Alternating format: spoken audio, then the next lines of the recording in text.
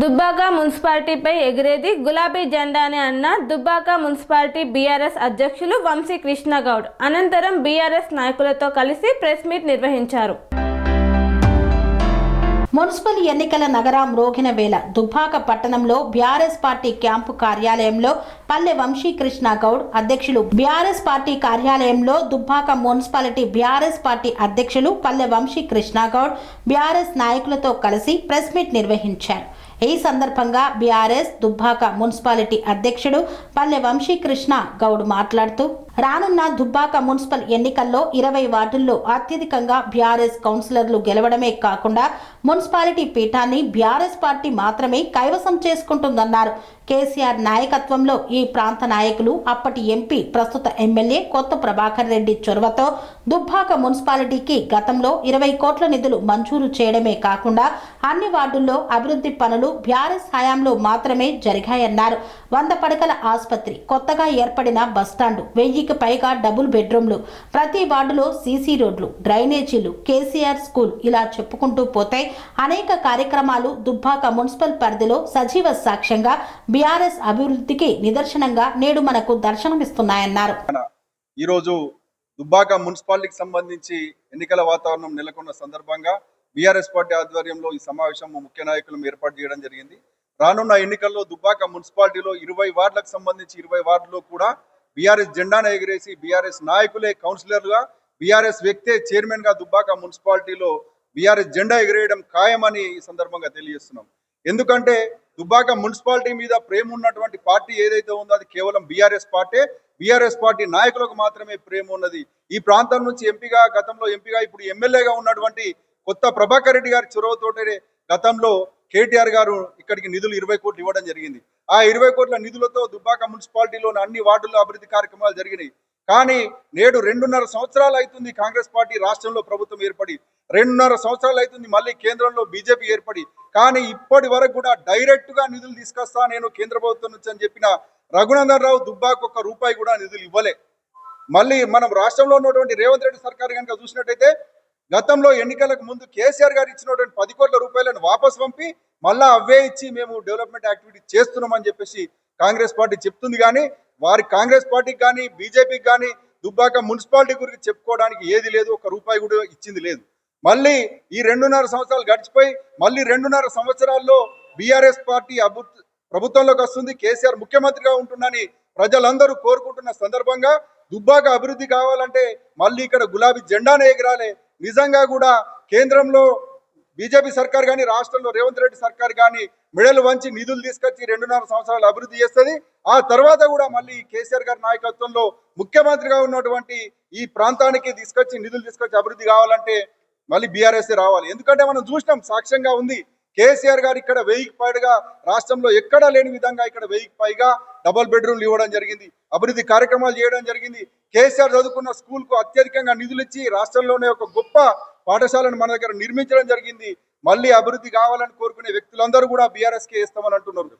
BJP విషయానికి వస్తే అనేక రకాలుగా హామీలు చెప్తున్నటువంటి మళ్ళీ ఎమ్మెల్యేగా ఓడిపోయినటువంటి రఘునందరావు గారు ఎంపీగా గెలిచినప్పటి నుంచి కూడా ఒక్కసారి కూడా ఇక్కడికి రాలే, మున్సిపాలిటీకి రాలే, ఇక్కడ 1 రూపాయి నిధులు ఇవ్వలే, ఇక్కడ కష్ట సుఖాల్లోకి రాలే. మళ్ళీ ఇప్పుడు వచ్చి మేము గెలుస్తున్నాం బీజేపీ అని చెప్తున్నాడు. మీకు ఏ రకంగా అర్హత ఉన్నది, ఏ రకంగా హక్కు ఉన్నది అని చెప్పేసి ఇప్పుడు మేము బీజేపీ నాయకులను, కాంగ్రెస్ నాయకులను ప్రశ్నిస్తున్నాం.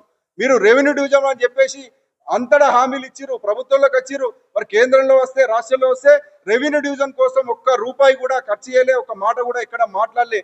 సాక్షాత్తు ఇప్పుడు ముఖ్యమంత్రిగా ఉన్నటువంటి రేవంత్ రెడ్డి గారు దుబ్బాకలో ప్రచార సభలో అన్ని పేపర్లో, టీవీలో కూడా కటింగ్లు ఉన్నాయి, నేను దుబ్బాకను రెవెన్యూ డివిజన్ చేస్తా అని చెప్పిండు. మరి ఏం చేసిండు? 2.5 సంవత్సరాల కోలే ఇప్పటి వరకు ఇక్కడ ఉన్న నాయకులు కానీ, రాష్ట్ర నాయకులు కానీ Congress party Dubbaka revenue division కోసం మాట్లాడడం లేదు. దీన్ని అన్నింటినీ దృష్టిలో ఉంచుకొని దుబ్బాక అభివృద్ధి కావాలి, ఇక ముందుకు వెళ్ళాలి అని అంటే మళ్ళీ బీఆర్ఎస్ జెండాను ఎగరాలని చెప్పేసి బీఆర్ఎస్ కార్యకర్తలే కాదు దుబ్బాక ప్రజలందరూ కూడా కోరుకుంటున్నారు. ఈ సందర్భంగా తెలియజేస్తున్నారు. జై తెలంగాణ. దుబ్బాక మున్సిపాలిటీ పరిధిలోని ప్రజలందరికీ నమస్కారం. మరి ఇప్పుడిప్పుడే మనకు మున్సిపల్ ఎలక్షన్ల వాడి వేడి కనిపిస్తా ఉంది. దయచేసి ప్రజలందరూ గమనించాలి. ఆనాడు ఎమ్మెల్యేలకు లేవనటువంటి నాయకులందరూ కూడా వాళ్ళందరూ ఓట్లు వేయించుకొని మాయమాటలు చెప్పి ఓట్లు వేయించుకున్నారు. మీకు పింఛన్ వేస్తా అని చెప్పారు, పెంచలేదు. యూరియా కష్టాలు మళ్ళా తెచ్చింది government, Congress government, BJP government అలుముకొని చీకటి ఒప్పందాలు కుదుర్చుకొని ఈ రోజు రైతులకు కష్టాలు తెచ్చిపెట్టింది. దయచేసి మేము ఏమనుకుంటాం, కాలువలు తెచ్చింది కేసీఆర్, ముసోళ్లకు పింఛన్ పెంచింది కేసీఆర్, 100 పైసలు హాస్పిటల్ కట్టింది కేసీఆర్. ఇక్కడ ఏది కట్టినా కేసీఆర్ ప్రభుత్వం హయాంలో అయింది, బీఆర్ఎస్ గవర్నమెంట్ ఆధ్వర్యంలో అయింది. దయచేసి ప్రజలు గమనించాలి. వాళ్ళు చెప్తారు ఇవాళ మాటలు చెప్పి ఓట్లేసుకొని పోతారు, మళ్ళీ ఉండరు. ఇలా కష్టాల్లో కానీ నష్టాల్లో కానీ లాభాలు ఉండేది బీఆర్ఎస్ పార్టీ. మేము మీ ముఖం ముందు ఉంటాం. దయచేసి మొన్న మా ఎమ్మెల్యే గారు అసెంబ్లీలో మాకు యూరియా లేదని చెప్తుంటే మొన్న రైతు వేదిక మళ్ళీ చిట్టు ఇస్తారు. రైతులు గుర్తు చేసుకోండి, అమ్మలాకలు గుర్తు చేసుకోండి, మీకు పింఛన్ పెంచలే. రైతులు మీరు గుర్తు చేసుకోలే, మీ యూరియా కష్టాలు తెచ్చింది కాంగ్రెస్ గవర్నమెంట్, బీజేపీ గవర్నమెంట్. అక్కలు గుర్తు చేసుకొని మీ స్కూటీ ఇవ్వలే. కళ్యాణ లక్ష్మి గుర్తు చేసుకొని మీకు బంగారం ఇవ్వలే. అక్క మీరు మళ్ళా ఓటేస్తే మేము ఎన్ని తప్పులు చెప్పినా మాకు వేస్తుండ్రు, మా మాటలు నమ్ముతున్నారు అనుకుంటారు. ఈ మోసగాలను మీరు ఓటుతోనే బుద్ధి చెప్పాలి. దయచేసి ఏడున్నా కానీ బీఆర్ఎస్ కార్యకర్తలు సైనికుల పనిచేయాలి. వచ్చేది గవర్నమెంట్ మనది, ఈ మున్సిపాల్లో ఎగిరేది గులాబీ జెండా మనది. దయచేసి ఆ ఉత్సాహంతో పనిచేసి గులాబీ జెండా ఎగిరని చెప్పి కోరుకుంటాను. జై తెలంగాణ. ఇప్పుడు వాస్తవంగా రాష్ట్రంలో మున్సిపాలిటీ ఎలక్షన్లు ఉన్నాయి కాబట్టి అంతటా వాడి వేడిగా నడుస్తూ ఉన్నది. దుబ్బాక మున్సిపాలిటీ వచ్చే వరకల్లా ఇక్కడ కాంగ్రెస్ నాయకులు కానీ బీజేపీ నాయకులు మేము ఏదో చేసామని చెప్పుకునే చేస్తున్నాం. కాకపోతే ఇక్కడ బీఆర్ఎస్ ప్రభుత్వం ఉన్నప్పుడు దుబ్బాకలో 100 పడకల ఆసుపత్రి కట్టి ఎంతోమంది రోగులకు ఇక్కడ సరైన వైద్యం అందిస్తున్నారు. ఇక్కడ అదేవిధంగా దుబ్బాకలో కేసీఆర్ గారి దయ వలన ఒక 15 కోట్లతోటి ఇక్కడ వెంకటేశ్వర టెంపుల్ నిర్మించి ఏకాదశి మొన్న కూడా 50,000 మంది దర్శించుకోవడం జరిగింది. దుబ్బాక అభివృద్ధిలో ఏది చేసినా కేసీఆర్ ప్రభుత్వం ఉన్నప్పుడేమో టీఆర్ఎస్ ప్రభుత్వం ఉన్నప్పుడు ఇక్కడ దుబ్బాక లేదు. అది కొత్త ప్రభాకర్ రెడ్డి గారితో అభివృద్ధి జరుగుతుందని చెప్పి ప్రజలు కూడా కోరుకుంటున్నారు ఇక్కడ. ఎందుకంటే ఇప్పుడు ఈ ఎలక్షన్లో వాళ్ళు ఏదో చెప్తే ఏం జరిగేది ఏం లేదు. దుబ్బాక మున్సిపాలిటీ కూడా టీఆర్ఎస్ ప్రభుత్వంలో 15 కోట్ల రూపాయలు మంజూరు చేస్తే కాంగ్రెస్ ప్రభుత్వం వచ్చిన దాన్ని నిధులను క్యాన్సిల్ చేసి మళ్ళీ ఇప్పుడు ఎలక్షన్ ఉన్నాయని చెప్పి నిధులు కూడా మంజూరు చేయడం వాళ్ళు చేశారు. సరే వాళ్ళు ఎన్ని ఎత్తుగడలు వేసినా కానీ ప్రజలు నమ్మే పరిస్థితి లేరు. ఎందుకంటే ఇక్కడ కరువుతోటి ఉన్నది అంటే ఎక్కడ రాష్ట్రంలో చూసుకుంటే దుబ్బాక ప్రాంతమే కరువుతో ఉంటుంది ఎప్పటికైనా. కానీ ఇక్కడ ఈ కరువును చూసి కూడా కేసీఆర్ గారు అప్పుడు 2000 వృత్తి అనేది బీడీ కార్మికులకు, కానీ బీడీ కార్మికులు అనేది దుబ్బాక తప్ప ఎక్కడ, దుబ్బాక నిజామాబాద్ జిల్లాలో తప్ప ఎక్కడ ఉండరు. 2000 వృత్తి కూడా వాళ్ళు కేసీఆర్ గారు అప్పుడు పెట్టిండు. దాన్ని 4,000 రూపాయలు పెంచుతా అని చెప్పి ఇంతవరకు కూడా 3 సంవత్సరాల దగ్గరికి వచ్చిన దాఖలు ఉన్నాయి. కానీ వాళ్ళు పెంచే ఆలోచన లేదు వాళ్ళకు. ఎందుకంటే కాంగ్రెస్ ప్రభుత్వం ఎప్పటికీ చెప్పుకుంటూ పోతుంటే తప్ప వాళ్ళు చేసే హామీలు ఏముంటాయి. ఇప్పుడు హరీష్ రావు గారు చెప్పినప్పుడు వాళ్ళు నోరు మంచిది కాదు, వాళ్ళు ఏదో ఒరినట్టు అదే విధంగా ఉంటుంది. ఎప్పటికీ చెప్పుడు మస్తు చెప్తూ చేసే పనులు ఏముండేవి వాళ్ళు. కానీ దుబ్బాక మున్సిపాలిటీ మీద ఎగిరేది బీఆర్ఎస్ ప్రభుత్వం, బీఆర్ఎస్ జెండా తప్ప వేరే వారికి అవకాశం లేదు, ఇక్కడ ఛాన్సే లేదని చెప్పేసి. శ్రీ అవధూతాశ్రమము బోధానంద సత్యారామూర్తి ఆర్యుల గోసేవాశ్రమము మరియు వృద్ధాశ్రమము పడాల.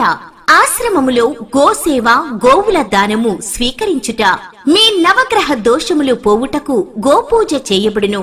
మూలికా వైద్యము, గోపంచగవ్య వైద్యము చేయబడును. యంత్రములు, తావీదులు ఇవ్వబడును. శాంతి హోమములు చేయబడును. మీ ఆత్మీయుల పుట్టినరోజు, పెళ్లి రోజు మరియు వర్ధంతి వంటి ముఖ్యమైన దినములలో గోసేవ లేదా అన్నదానం చేయదలిచిన వారు సంప్రదించండి.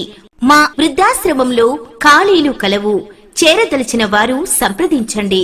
శ్రీ శ్రీ శ్రీ స్వామి బోధానందగిరి శ్రీ అవధూతాశ్రమము, అయ్యప్ప స్వామి గుడి దగ్గర, పడాల, తాడేపల్లిగూడెం 2. Cell numbers 7981356374, 9618034 138.